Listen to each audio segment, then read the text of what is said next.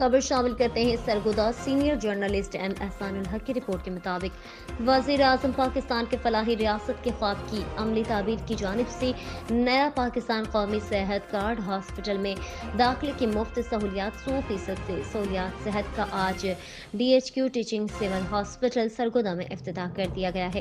اس موقع پر سیکرٹری صحت doctor Javed Mahmood Qazi, special secretary doctor Ali Razzaq, C E O سہولت پروگرام، دیگر اعلیٰ افسران تشریف لائے۔